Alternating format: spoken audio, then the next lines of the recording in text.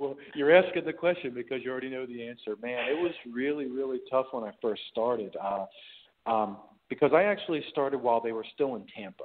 And I was in Tampa for the first 3 or 4 months before we came to Orlando at the PC. The building was still being built out and everything, and we did not have a gym to go to. So I tried my best to find a facility, and I was going around town trying to find and going to like the local powerhouse gym or taking the groups to any little place would have cost like really an arm and a leg. And then I finally found a little warehouse gym that was really like perfect for us in the area that we were located. Basically, it was it Florida Championship Wrestling at the time, which morphed into NXT. So that building that they were at down there in Tampa, I found a gym not too far, a couple miles away. And then by the time we got the paperwork filled out for liabilities and all that stuff, insurance and all that, it took another month. So in the time that it took to do that month, I would take the groups to a local park, and they hated me. They thought I was the biggest asshole. Like I didn't know anything because I had them doing pull-ups and push-ups and, basic calisthenics in the park.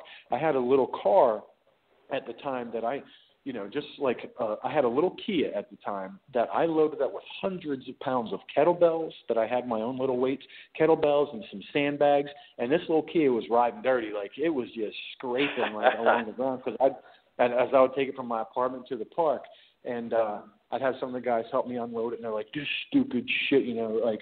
To me, lifting the sandbags and doing some of the kettlebell work and the pull-ups and the dips and the push-ups and all that stuff, that's some of the most important things for them. But they want it to be, there's no pump. You're not getting a pump from doing a lot of that stuff, carrying kettlebells around and maybe doing like a couple mobility drills in the park, right?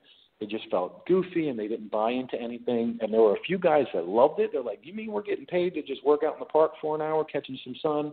I was like, "That's it, man." But for me, it was a bigger part of I didn't have any other options at the time. I was waiting to get a gym, and it was just really trying to build some rapport and a little bit of a relationship with the people that I didn't even know, because I went from one day not knowing any of these people. The next day I got 60, 70 guys and women that I'm trying to train.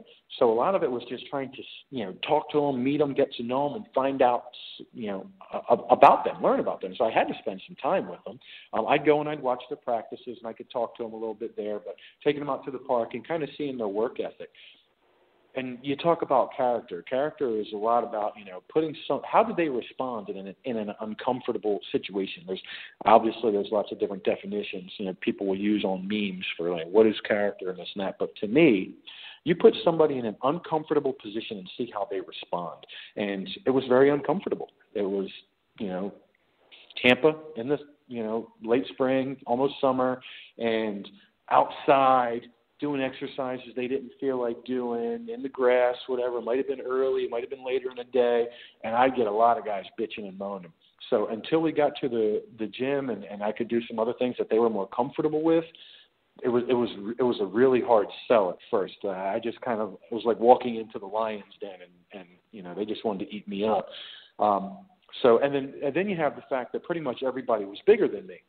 I'm 5'7", 200 pounds. Obviously, most of the guys are significantly bigger than me, but you'll find that most of them weren't like significantly stronger. So when I would, start showing them stuff, and you kind of look at Lou Holtz. Lou Holtz was a great, college quarterback in his day, but he looked like he was ever a great player, So there's a huge difference between being the player and being the coach. I can look at someone and I can see, like, what kind of things are going to help develop this guy's physique or his mobility, things like that. And it just takes a little bit of time to win people's trust over. Once they realize that I do have their best interest in mind, I'm trying to keep them healthy. And once they're healthy, then we can work on their size and their strength and all that other stuff.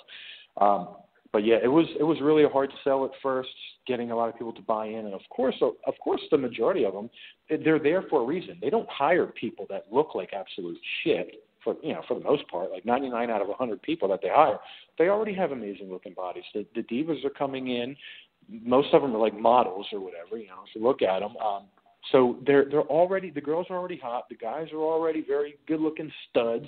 They're not bringing in clowns that we just have to mold. From nothing. So they're already like, 8s, 9s, and 10s across the board. So they think, what's this guy going to teach me? Other guys have just a completely different attitude and a open mentality. It's like, okay, what can I learn from this guy? Sometimes I'm able to really help people. Other times I wasn't. I wish I could say every single person that I worked with, I had the opportunity to either transform or help in some way. But the ones that I was able to help the most were the ones that were just open-minded and they wanted to learn. They didn't want to just do their own thing. They knew that, but they're like, what else can I learn? And every day it was like a sponge. And these are, some of the best athletes. Look at like Chad Gable and Jason Jordan and, a whole bunch of other guys. They want to learn. They want your input, and they, when they're training, like whether it's maybe they're doing some Olympic lifting and they want another eye and they start asking you. That's how you know you can really help somebody. You've got other people that almost every time, if they had their preference, what they would do is they'd rather just put their earphones on, their Beats by Dre, put them on, and then just go in their own little world. While that might be fine in some cases, you don't do that at the PC. You can't learn while you're drowning everything out. You have your headphones on, you're doing your own thing. It's called the Performance Center, and what we do is we try and teach. It's all about teaching, and your job's to learn and suck it all in, right? Learn, soak it all in. And some of the guys they just want to do their own thing, and I totally get it. And they're the hard ones to work with. But for the most part, everybody was really good, and it was a lot of fun. And hopefully, some of the things that I was able to do and work with them, they still apply.